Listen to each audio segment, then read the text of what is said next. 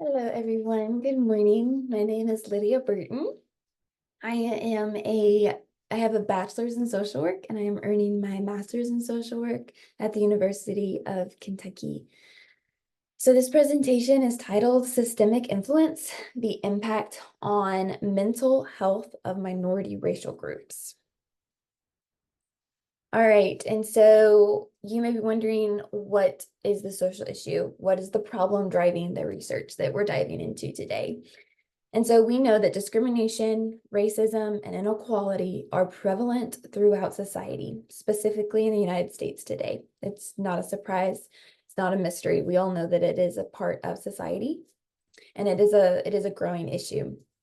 Individuals of minority racial and ethnic identities experience more stress, more hardship, and more disparities due to systemic factors. So this study is focused on the impact that systemic barriers have on minority groups and how this is connected with mental health outcomes. The research question driving the research today is, what is the relationship between minority racial groups experiencing systemic factors like racism, socioeconomic status, and discrimination, and their mental health? Racism and discrimination are psychological stressors that impact that affect the health of minority populations. And so through this research, we're diving into that, like, what is the correlation? What is the relationship between racism, discrimination, and physical and mental health? And so some of the statistics for the significance of this problem is that through research, we've seen that individuals who experience discrimination directly and who may have concerns and fears about discrimination are 29% more likely to report common mental disorders. Going ahead and diving into literature review through different literature articles, peer-reviewed articles, research, the following information has been gathered. And so we see that 88% of 277 children who participated in this study between the ages of 8 and 18 years had experienced situations of racial discrimination. So starting very young.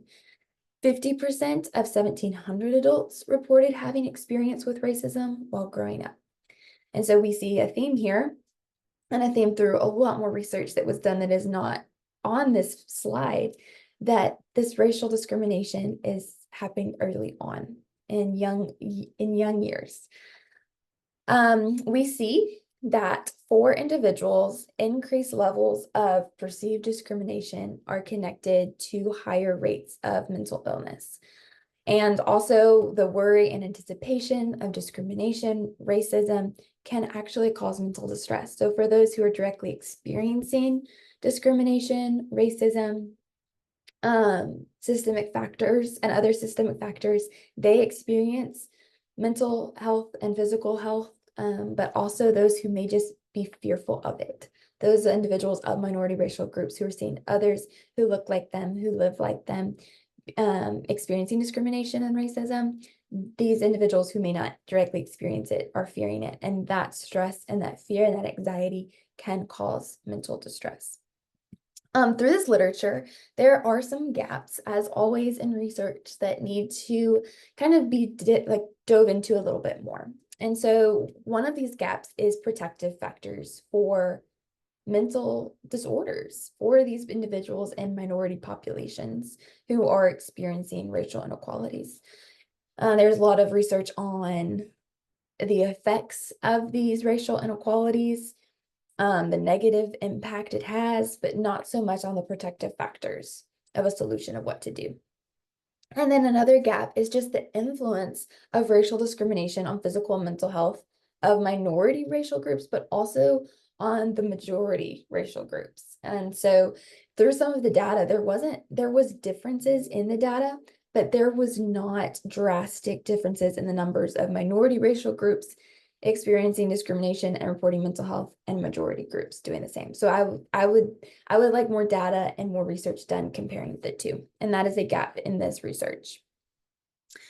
All right, so through this literature review, we've gathered information that is pretty prevalent and states that those experiencing discrimination on an everyday basis has a greater impact. This everyday discrimination has a greater impact on individuals' mental health than major lifetime discrimination, like a major discriminatory event. We see that African American individuals have reported experiencing more discrimination than white and Latino individuals. And like I said, throughout society, we're pretty familiar with that and are aware. But data shows this to an extreme point too. We've learned that racial discrimination is a complex stressor. And so what a complex stressor means is there's multiple different things playing a role in that stress, and that complex stressor is causing significant harm, stress, anxiety, and life-altering influence on an individual. And so that is racial discrimination. It plays a huge role, not only mentally, physically, but also the lifestyle. You think of redlining. I'm not going to get into that too much, but you think of redlining, which is discrimination, housing, forcing people of minority racial groups to live in a certain area, that type of thing.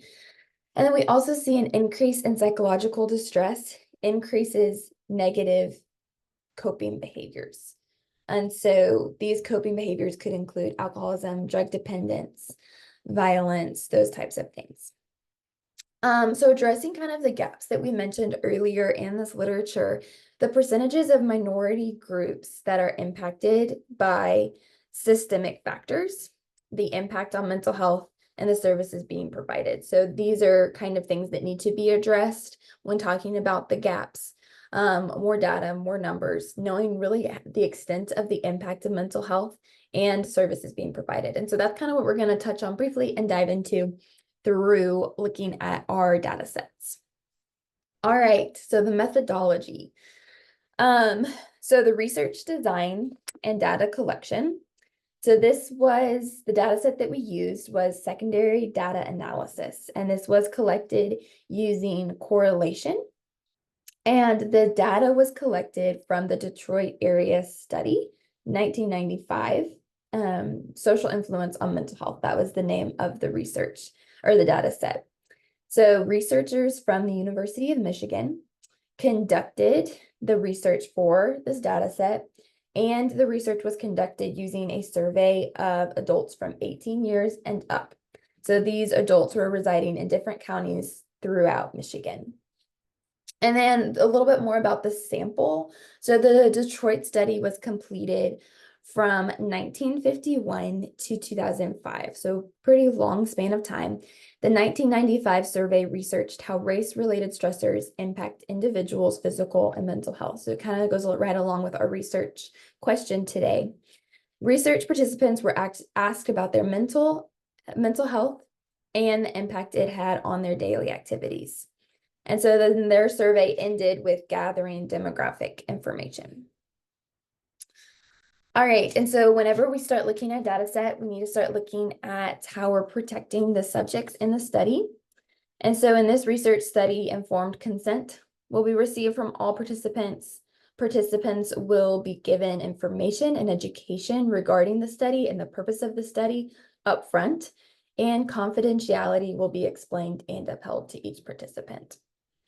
So data collection for this study involved examining the data set created by the Detroit area study, which, as we already talked about, was a survey used to collect minority racial groups' experiences with discrimination and the impact that social inequalities have on their mental health. And the survey had validity because the research was aiming to gain direct knowledge from the individuals who had experienced racial discrimination and how it impacted their mental health. So the study went directly to the source and got firsthand experience from individuals. All right, a little bit of the data analysis of the 1,142 respondents of this data set. 51% were Black and 48.6% were non-Black. And so we see that 364 respondents who participated identified as Black said yes to being treated badly because of their race, so experienced discrimination and racism.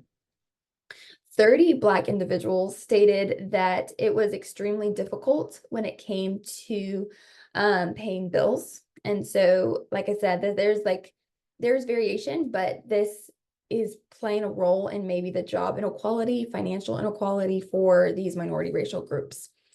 11 individuals who identified as Black checked a lot when it came to fear interfering with their life. So fear can come in multiple different ways, fear of multiple different things. But for Blacks and this specific, for Black individuals and for this specific study, they were looking at the impact of discrimination and racial. So fear of discrimination, fear of racism, those types of things. And then 152% of Black individuals stated yes to feeling sad, just an overall sadness, opposed to 118 white individuals who stated yes. And so there's really, like I said, there's not a huge change in those numbers, but it is more so for Black individuals. All right, this is showing kind of the correlation between education and sadness. And so this data shows that those with lower levels of education are stating they feel more sad. And then this also shows that more Black individuals did not earn a degree. And so you're starting to see like those themes of education inequality based off race potentially. So through the data, it is apparent that Black individuals do have higher rates of experiencing discrimination and a higher percentage of fear interfering with their daily lives and activities and relationships. It is also evident that the minority racial groups have difficulty paying their bills, having lower rates of earning a higher education, and these both impact mental health and physical health. So a large part of the Black respondents in this study reported feeling sad. And this data, in addition to the lower rates of education and higher rates of discrimination, suggests there needs to be more research, but it suggests that there may be a connection between racial discrimination and mental health challenges for Black individuals. And so some weaknesses in the study, like I said, there's lacking data geared directly towards the connection between mental health treatment of minority racial groups and discrimination. There needs to be more done. Further research is needed to finding that connection and correlation between Black individuals' experience with systemic factors, and it causes stress in their lives that leads to mental health. Strengths of the study, the research is started, which is phenomenal and important and is a strength. The room is left for questions to be asked, curiosity, that can also be a strength. Awareness is brought to this issue, which is phenomenal. And like I said, it starts the ball rolling of more research and more people getting curious about it. And this begins to show the correlation between physical systemic factors and the huge implications it has mentally on minority groups and also on any racial ethnic group. So in conclusion, the implications of practice, what does this all mean? And so the results through this study, through the literature review, through the data set, these results, although not on a large scale, suggest and start the conversation that systemic factors like discrimination, racism, socioeconomic status do take a toll on minority racial groups and these individuals' mental health. In this research specifically, it was Black individuals. So these systemic factors are also affecting Black individuals' mental health through impacting their education, financial gains, and their everyday life. Like I said, this discussion, this data has just started. There needs to be more research completed, but I hope that this starts the conversation and starts to bring awareness and pushes each one of you to have more curiosity about this topic to then go research and educate and advocate. Thank you all for listening.